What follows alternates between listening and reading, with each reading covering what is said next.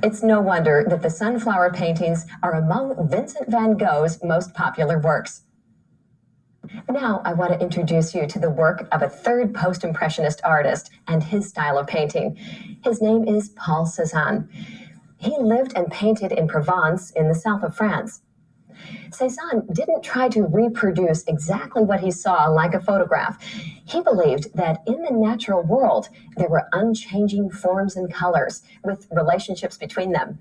Cezanne helped guide painting to the styles of Cubism and abstract art in the early 20th century. This is one of at least 36 self-portraits that Paul Cezanne painted. This one was done in 1875. We can see the method he developed of applying patches of color to make the planes of the face on the canvas appear to be a three-dimensional form. The light tones advance toward us and the dark ones recede. Cezanne painted daily and produced many paintings. At age 67, while working on a landscape in a heavy rainstorm, he collapsed at the side of the road and soon died of pneumonia. Many people couldn't understand his ideas, but finally, when he was nearly 60, Cezanne was recognized as a brilliant artist. Here we see Mont Sainte-Victoire. Cezanne explored this huge limestone ridge many times and from every angle. It was only about 3,300 feet high, but loomed over the low, flat valley. He made at least 60 paintings of it during his lifetime. Let's take a look at how Cezanne might have painted this one.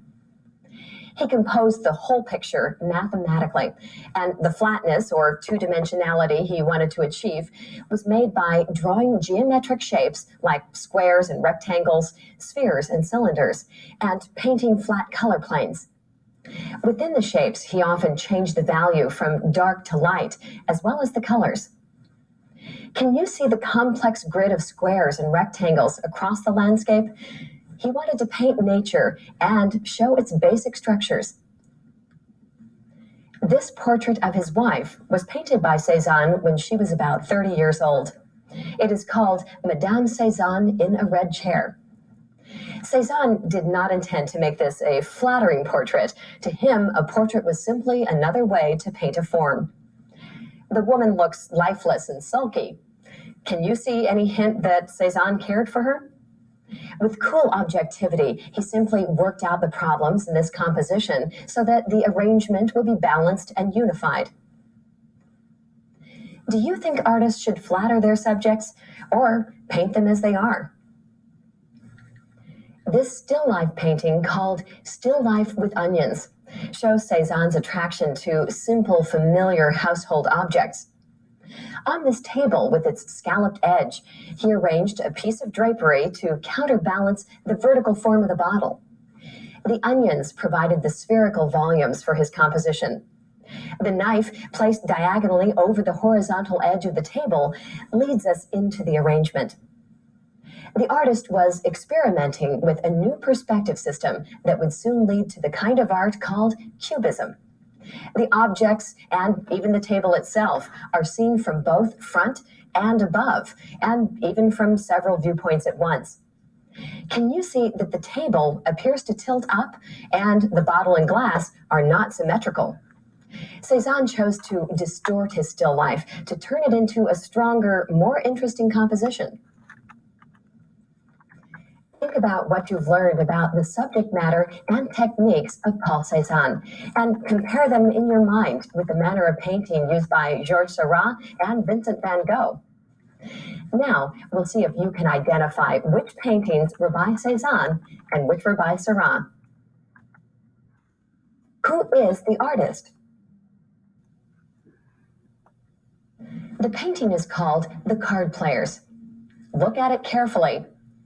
Do you remember which artist liked to explore line, color, and form? The center of the composition is the bottle catching the light. It separates the space into two symmetrical parts. The design is simple and straightforward, and it captures the feeling of the slow, deliberate, patient men playing cards. You decided that this was painted by Paul Cezanne, didn't you? Look carefully at this painting. Who is the artist?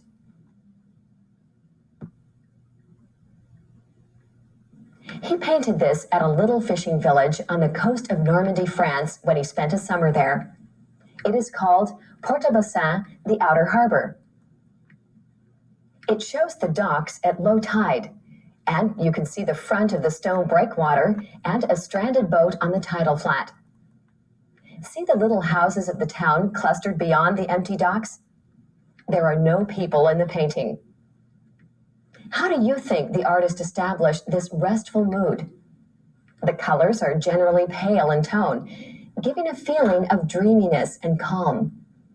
The artist's unhurried method of painting, with carefully applied dots of color, implies that time has slowed down. I'm sure you know that this confirms that the artist is Georges Seurat. Here's another painting, and the artist is... Wait, before you make a final decision, let's look further at the painting that the artist called L'Estaque on the Gulf of Marseille. The artist used little patches of color to model the forms he saw. In the foreground is the tree-covered hill. The smokestack of a building in the center rises above the railroad, and a house and vineyard are closer to the shoreline. He painted the calm blue water of the bay in smooth strokes. Beyond, we can see a range of mountains, and above them, a pale, clear sky. The painting gives us a sense of deep space, but at the same time, it seems to remain flat. This was Cezanne's remarkable idea that he called flat depth. Yes, the artist was Paul Cezanne. To create this effect, Cezanne used strong colors to paint the far shore and worked with bold strokes to make the distant hills seem to come forward. Think about the artists you've studied, Cezanne, Seurat, and Van Gogh, and look at these paintings carefully. Do you remember the unique techniques each artist used? Who do you think painted each one?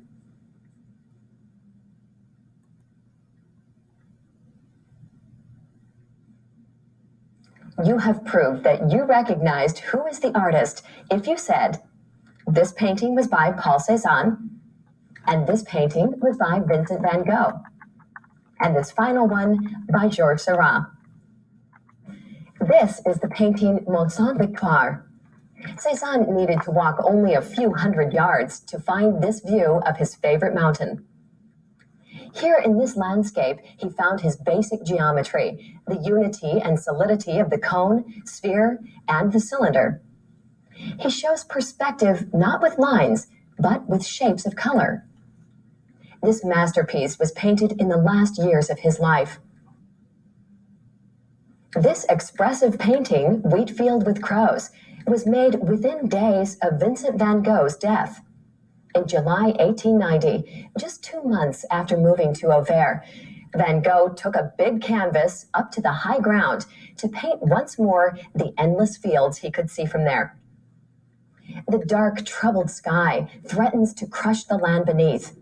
Crows seem menacingly low, and the wheat fields look parched and restless. The wavy, flowing lines he used earlier in his career have disappeared. Now, short, angular, broken lines are connected only by the intense color. And this painting by Georges Seurat is called The Circus. It is the last of the paintings he made before dying at only 31 in 1891. This final painting seems to dance to the brassy music of the circus. Although it is completely pointillist in technique and carefully composed, it is full of curving lines, flame-like shapes, circles, spirals, and ellipses. Because Georges Seurat died at such an early age, he created only 6 very large paintings in his short lifetime, but produced 60 smaller ones and 500 drawings.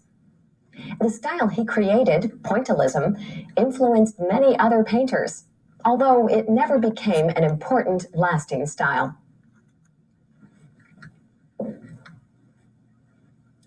Have you chosen a favorite from these post-impressionist artists? What painting did you like the most? Don't you feel that you'll be able to recognize other paintings by these artists when you see them?